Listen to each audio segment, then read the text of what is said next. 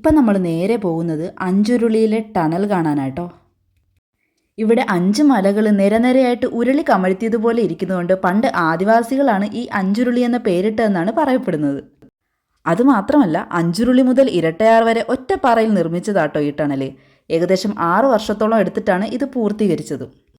5 കിലോമീറ്ററോളം നീളമുള്ള ഈ ടണൽ അഞ്ചുരുളിയിലും ഇരട്ടയാറിലും ഒരുപോലെ നിർമ്മാണം ആരംഭിച്ച് കൂട്ടിയോജിപ്പിച്ചതാണ്. 2000 അടിയോളം ഉയരമുള്ള കല്യാണത്തണ്ട് മലയുടെ ഏറ്റവും ഉയരം കൂടിയ ഭാഗത്തായിട്ടാണ് ഈ ടണൽ നിർമ്മിച്ചേക്കുന്നത്. ഇതിൻ്റെ നിർമ്മാണ സമയത്ത് ഏകദേശം 22 പേരോളം അപകടത്തിൽ മരിക്കുകയും ചെയ്തിട്ടുണ്ട്. ഇരട്ടയാറ്റിലെ ഡാമിൽ നിന്നുള്ള വെള്ളം ഈ തുരങ്കം വഴിയാണ് അഞ്ചുരുളിയിലെ ഇടുക്കി ജലാശയത്തിലോട്ട് എത്തിക്കുന്നത്.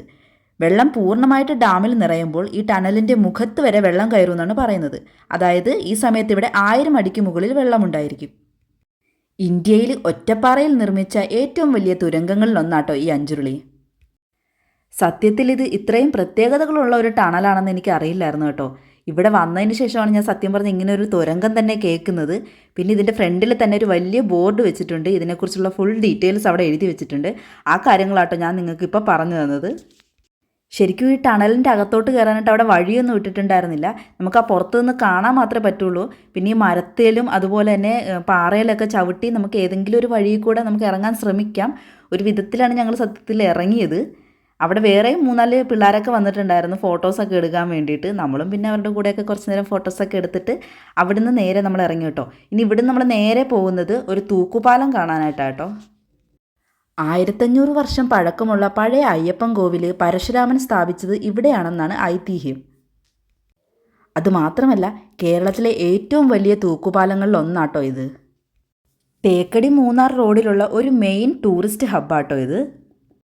പെരിയാറിൻ്റെ മുകളിലൂടെയാണ് ഈ തൂക്കുപാലം നിർമ്മിച്ചേക്കുന്നത്. നല്ല പഴക്കമുള്ളത് കൊണ്ട് തന്നെ അവിടെ ഇങ്ങനെ എഴുതി വെച്ചിട്ടുണ്ട്, ഇത്ര പേരിൽ കൂടുതൽ ഒരേ സമയം ഈ പാലത്തിൽ കയറാൻ പാടില്ല എന്നുള്ളത്. ഇതിൻ്റെ മേളിലൂടെയുള്ള കാഴ്ച കേട്ടോ എനിക്ക് ഭയങ്കരമായിട്ട് ഇഷ്ടപ്പെട്ടത്. അത് നല്ല രസമുണ്ടായിരുന്നു.